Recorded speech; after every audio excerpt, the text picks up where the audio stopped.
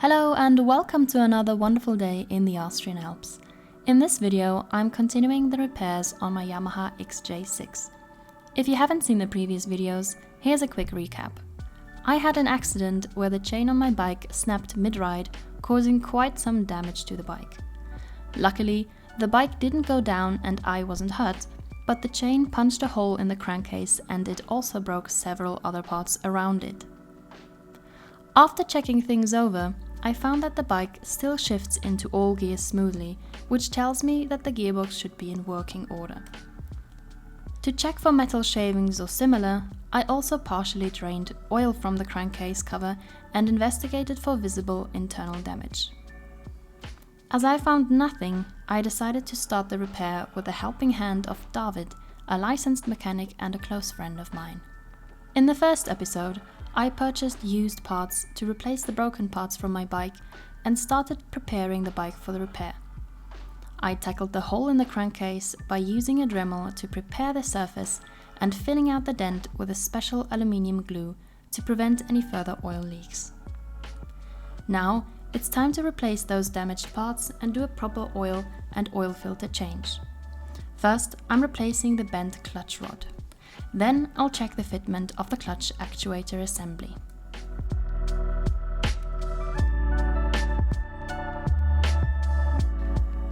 In the last video, I was wondering what to do with the third broken bolt that holds this piece on. I've decided to see how it holds up with just the two remaining bolts for now. This part sits on the engine and covers the clutch rod.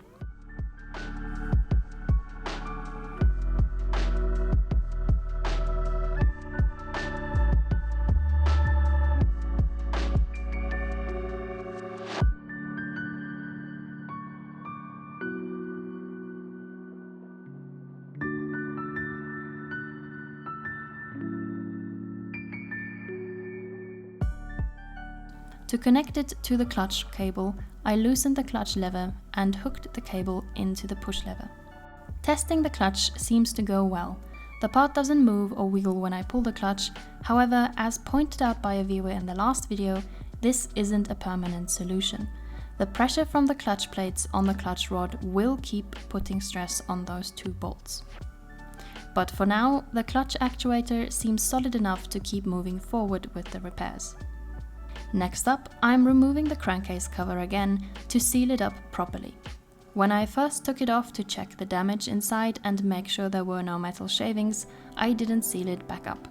So I'm cleaning off any leftover sealant with Scotch Brite and applying some proper sealant before reinstalling it.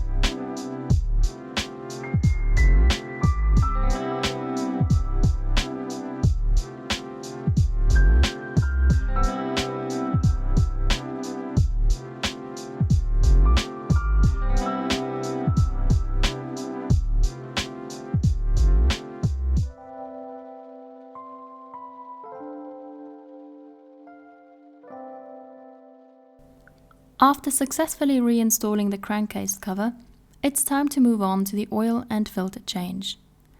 Since much of the oil had already drained when I removed the crankcase cover, pulling the oil drain plug only releases the leftover oil sitting in the pan.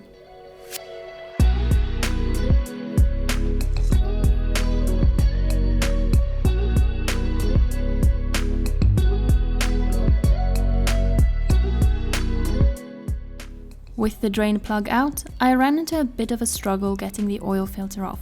It's located right next to the crankcase cover, and like many parts in this area, the filter was damaged when the chain snapped. However, with David's help and a little force, it eventually comes off.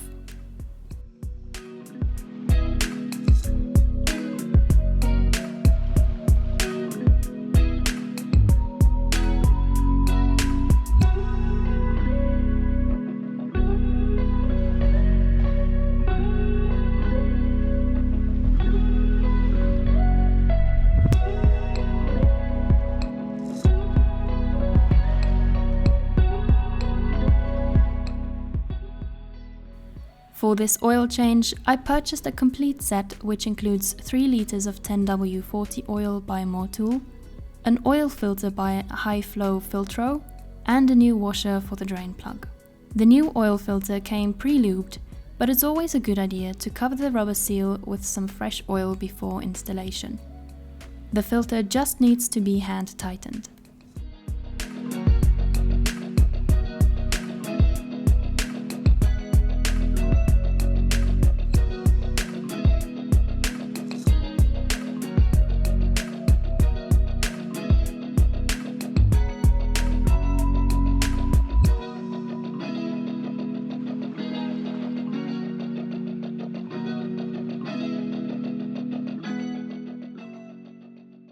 Next, I am reinstalling the drain plug with its new washer and torque it down to 40 Newton meters.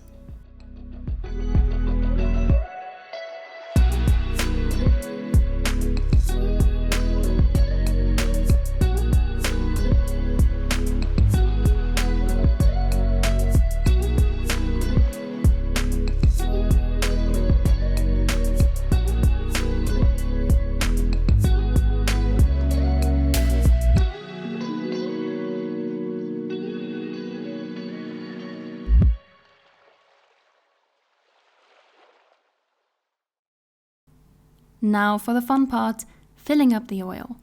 These 1 liter oil canisters come with a very handy twist out cap, making the process nice and easy.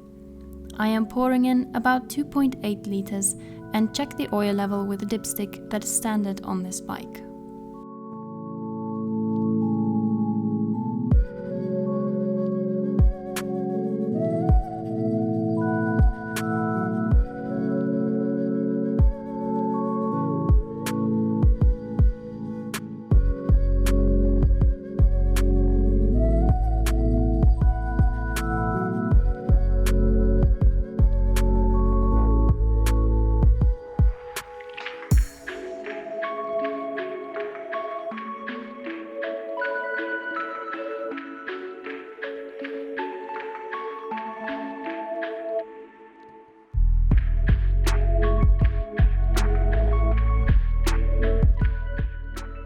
With the dent in the crankcase covered, most broken parts replaced and fresh oil in its belly, it's finally time to see if my bike will start.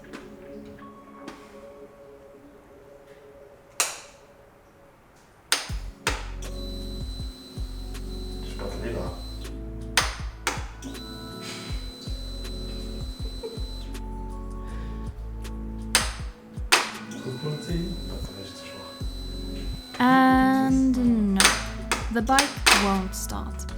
My first thought was, of course, the battery might be dead. So we hooked it up to a charger with a jump start function.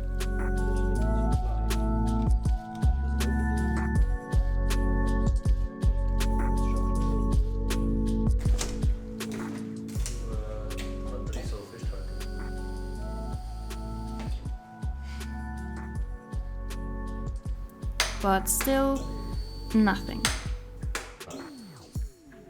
To rule out any issues with the charger, We also tried jump-starting the bike the old-fashioned way, using my dad's bike. But again, no luck. After charging the battery overnight, we gave it one more go. But with a fully charged battery, the bike still wouldn't start. That's when we realized something else might be wrong. And so begins a new mission, figuring out why the bike won't start. This is the end of today's video. Stay tuned for the next episode in which we find out what is wrong with the bike not starting and can we fix it.